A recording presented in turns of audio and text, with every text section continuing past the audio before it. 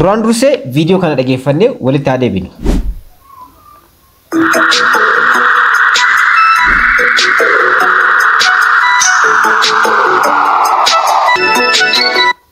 Caaltuu wajjin sa'aatii 12 fi daqiiqaa 35 irratti beellama qaba.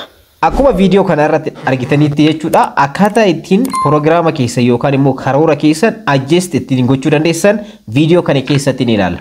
Kana jechuun sa'aatii beellamaa keessan dagachuu dandeessanii sa'aatii san adjust gootanii bilbili keessan akka isin beeksisu akkaataa ittiin gochuu dandeessan. Keessattuu ijoolleen mana namaa keessa hojjettan mana maadaabii biyya Arabaa kana keessatti mana namaa keessa hojjettan egaa alaarmiitti fayyadamtan baay'een keessan. Alaarmii san immoo karoora ittiin qabsiisuu ni dandeessanii sagalee gootanii sa'aatii itti gaatan sanillee sagalee alaarmii bilbila keessanii keessattuu yeroo bilbila keessan waamu sagalee irra kaawwattan miti sirba ta'uu danda'a manzuumaa yookaan immoo bilbilli mataa isaa qabu jechuudha sagalee irra kaawwattan sagalee saniin akka beellama keessan yookaan immoo karoora nama wajjin qabdan tokko beellama san akka isiniif qabatuu fi akka isin yaadachiisu bilbilli keessan gochuu ni dandeessanii akkuma asirratti agartan viidiyoo duratti amma isinitti agarsiise keessatti caaltuu wajjin sa'aatii 12 walakkatti beellama qaba. So guyyaas adjust godhee jira guyyaa isaa achirratti barreessee jira sa'aatii wajjin barreessee jira sa'aatiin sun yeroo gahetti bilbilli kan koo akkuma yeroo namni isiniif bilbilu isinitti dhageessisu jechuudha bilbilli kan koo alaarmii naaf kennaa jechuudha. Kana jechuun beellama san osoo hin dagatiin osoo beellama san hin dabarsin sa'aatii isaatiin dhaqqabee nama wajjin beellama kan koo xumurachuu ni danda'a.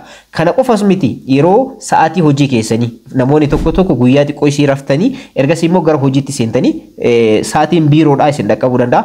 Sa'aatiin sun osoo isin dhaqqabin sa'aatii keessan bilbila keessan irra guutuudhaan bilbilli keessan alaarmiidhaan akka isin kaasu gochuu dandeessan. Kana qofa osoo hin taane biyya Arabaa keessatti namoonni hojjetanillee sa'aatiin itti gaatan sa'aatii halkaniitii sa'aatii hirribaati. Hirriba irraa bilbila keessan akka isin kaasu gochuu ni dandeessanii akkaataa ittiin kana adjust gochuu dandeessan bilbila keessan akka ajaa'ibaatti adjust gootanii akkaataa itti fayyadamuu dandeessan proogiraama kana akkamitti sirreeffachuu akka dandeessan isinitti agarsiisa.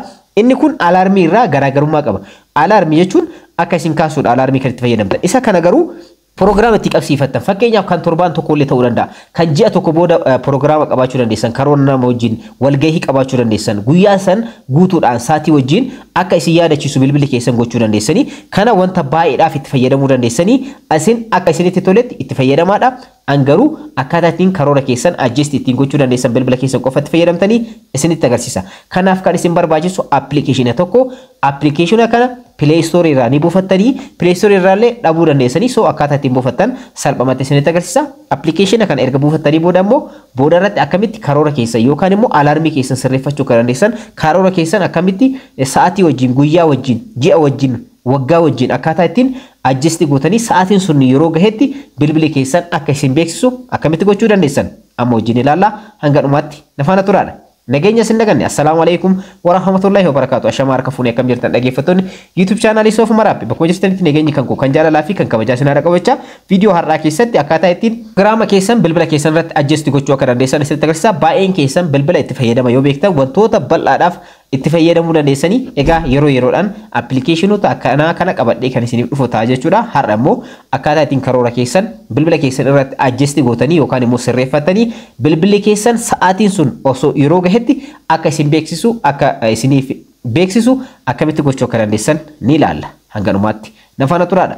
Obboleewwan yeroo jalqabaatiif gara YouTube channel kanatti dhuftan YouTube channel kun kan keessani kan barnootaati kan teekinooloojii itti wal bartan hojiiwwan onlaayinii waa'ee YouTubeidha waa'ee TikTokii appilikeeshinoota hundayyuu social media isa jennu kana akkanumallee teekinooloojiin yeroo ammaa kana maal irratti argama kan jedhu illee bal'inaan asirratti wajjin ilaalaa kan deemnu tahaa kanaafiyyuu warroonni hanga ammaatti maatii YouTube channel kanaa hin ta'in subscribe gochuudhaan gara maatiiwwan keenyaatti dabalamaadha. Viidiyoo kana immoo like share gochuudhaan hiriyoota keessanii dhaqqabadha.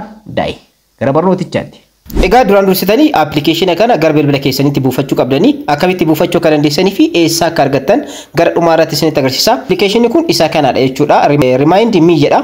Appilikeeshina kana gara bilbila keessanitti ni buufattanii ergasii immoo keessa seentan jechuudha. Appilikeeshina kana eessaa argachuu dandeessan akkamitti buufachuu akka dandeessan boodarra isinitti agarsiisa jechuudha. So keessa yeroo seentan kana fakkaata. Jalqaba wanti gochuu qabdan asirratti mallattoo settingiitu argama. Mallattoo settingii kanarratti kilik gochuudhaan ergasii settingiiwwan lama sirreessuun dirqama keessanii tokkoffaa reminder voice playing through ka jedhu isa jalqaba kana irratti kilik gootanii ergasii immoo main speakerii fi air speaker ka jedhu ni argama jechuudha. Main speakeriin bilbilli yeroo isiniif bilbilamu sagalee dhageessisu akka isiniif dhageessisuuf kan isin fayyadudha. Air speakeriin immoo isin lammaffaadha. Kan sagalee kana kan jalqaba fayyadamtan jechuudha. Ergasii immoo okay tan. Inni lammaffaadha isin sirreessuu qabdan immoo akkuma asirratti argartan reminder speaking style ka jedhu isa jalqabaa kana filachuudhaan ergasii immoo isa lammaffaadha only your voice keessan akka dhageettan yeroo saatiin qaxaroo yookaan immoo beellamaa sun gahetti voice isin achirra kaayatan sun akka isinitti dhageessisu voice isin dhageeffachuudhaan illee eenyu wajjin beellama san akka qabdan beekuudhaaf isin fayyada waan ta'eef sagalee keessan irra kaayachuu yoo barbaadan isa kanatti fayyadamtanii inni olaanu yoo fayyadamtan immoo normally kan applicationaati jechuudha. So sagalee keessan qabatanii nama wajjin beellama qabdan illee maqaa dhawuu yoo barbaadan isa lammaffaadha only your voice ka jedhu kana filachuudhaan ergasii immoo okay tanii asirratti settingiiwwan baay'ee qaba. Settingiiwwan kanneen adjust gochuu ni dandeessanii yeroo irra deddeebi'ee repeat godheetiin akka isin beeksisullee barbaadan asirratti repeat reminder when missed ka jedhu ni argama. Akka tasaa alarmiin kun yeroo isin dhageessisu yeroo beellama kun yeroo gaheetti application kun bilbila keessan irratti sagalee isin hidhatan sanii isiniif bilbila akka namni isiniif bilbilutti isiniif beeksisa jechuudha. Yeroo kanatti immoo al tokko marsaa tokko yoo kan isin darbu ta'e marsaa lammaffaa irra deebi'ee akka isin beeksisu marsaa kan itti filatanidha jechuudha. Never kan jedhu kun al tokko qofa akka isin beeksisudha. Akkanumallee only one time al tokko qofa akka isin beeksisudha. Two time kan jedhu immoo marsaa lama akka isin beeksisudha. Three time kan jedhu lee marsaa sadii irra deddeebi'ee akka isin beeksisudha. So two time yoo filattan irraa murteessaadha. Al tokko yoo isin darbe al lammaffaa irratti dhagahuu dandeessa waan ta'eef. So isa kanas adjust gochuu dandeessanii ergasii immoo duubatti deebitanii settingii kana erga sirreessitanii booda akkamitti itti fayyadamnaa kan jedhu amma immoo wajjin haa ilaallu. Egaa jalqaba irratti create gochuu qabdan jechuudha. Create kan jettu kanarra kilik gochuudhaan sa'aatii beellamaa keessanii fi application kanaallee beeyyama kennuu qabdanii. So kanaafiyyuu while using the app kanarra egaa dhageeffatan koo permission applicationichaa erga kennitanii booda sagalee keessa waraabdan jechuudha. Sagalee amma dhageessisaa jiru kana jechuudha waraabee jira.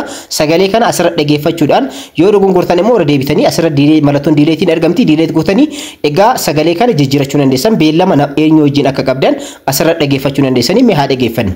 Mee 20 bara 2025 sa'aatii 11 fi daqiiqaa 40 irratti beellama dabala wajjin ni qaba. Egaa akkuma dhageettan jechuudha mee 20 sa'aatii 11 fi daqiiqaa 40 irratti beellama dabala wajjin qabaachuu kan koo ni ibsaa jechuudha.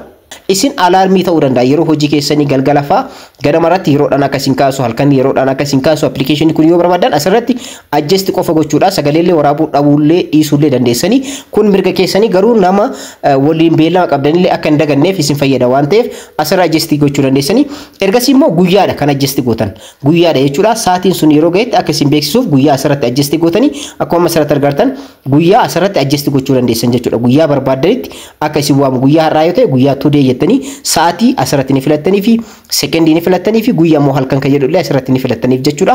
So isaan kanneen adjust erga gootanii sa'aatii keessan torbaanitti ta'uu danda'a beellamni sun torbaan ni lakkaa'uftan jechuudha. Asirraa lakkaa'uudhaan guyyaa torbaan booda egaa beellama kana qabachuu dandeessanii ergasii immoo sa'aatii ergasii immoo daqiiqaa waliinillee adjust gochuudhaan ergasii immoo dangootan jechuudha. So sa'aatiin kun asirratti adjust gootan kun yeroo gahetti bilbilli keessan namni yeroo isin bilbilu sagalee dhageessisu san dhageessisa jechuudha. Akka namni isin bilbileetti isin bilbilama isin alarmiin kun isin beeksisa application kun isin beeksisa yeroo sanitti beellama keessan kabajuu ni dandeessan. Ji'a tokkoon boodallee yoo kan ta'u taate borullee iftaanillee jettanii sa'aatii adjust gootanii asirratti itti fayyadamuu dandeessan erga geessitanii booda daneettanii ergasii immoo permission isin gaafata.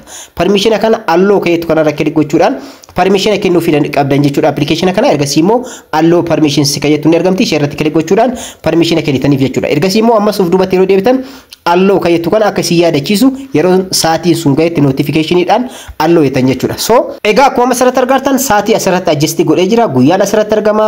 Sa'aatii wajjinillee guyyaan akkanumallee barrillee asirratti argama. Guyyaa torba booda beellamni kun yeroo gahetti jechuudha. Sagalee kana isin dhageessisaa isiniif bilbilama isin beeksisa jechuudha. Haala kanaan adjust godhachuu ni dandeessan jechuudha. Wanta asirratti adjust gootan kanallee dhageeffachuu barbaadan mallattoon viidiyoo argamti ishee irratti kilik gochuudhaan asirratti daawwachuu dandeessanii yoo dogongortan ammoo delete gootanii irra deebiidhaan steepii duratti isinitti agarsiisanii itti fayyadamuu dandeessan jechuudha. Yeroo sa'aatiin gahetti immoo haala kanaan isin beeksisa dhageeffadhaa.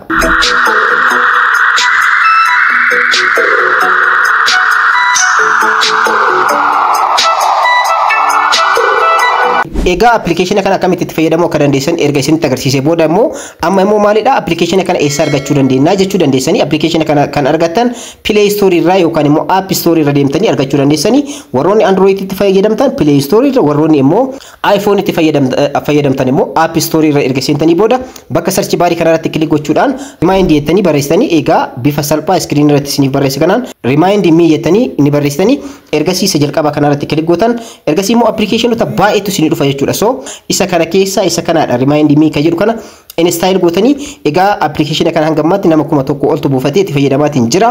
Application amma oomishameedha jechuudha. Salphumatti immoo Play Store irraa yoo kan dhabdan ta'e Telegram kan koo irra seenuudhaan channel kan koo kan Telegram argachuu dandeessanii channel kan koo kan Telegram immoo linkii isaa description jalanii argattu yookaan immoo Telegram irra seenuudhaan Sofumar app jettanii search gootan jechuudha. Sofumar media kan jedhutu isin dhufa jechuudha. Sofumar media kan jedhu kanarratti kilik gochuudhaan applicationichaa asirraa argachuu dandeessanii appii karoora beelamaatiif isin qarqaaru jedhee irra barreesseedha. Linkii kanarratti kilik gochuudhaan buufachuu dandeessan. Egaa gabaabinumatti viidiyoo har'aa keessatti application ajaa'iba beellama qabachuudhaaf illee isin beeksisu. Akka namaatitti yoo isin dagattan beellama keessan kan isin yaadachiisu. Akkanumallee halkan keessa raftanii hirribaa ka'uudhaaf illee hirribaa kan isin kaasuu danda'u. Akka namaatti akka ajaa'ibaatti adjust gootanii itti fayyadamuu dandeessanii akka irraa fayyadamtan immoo abdiin qaba.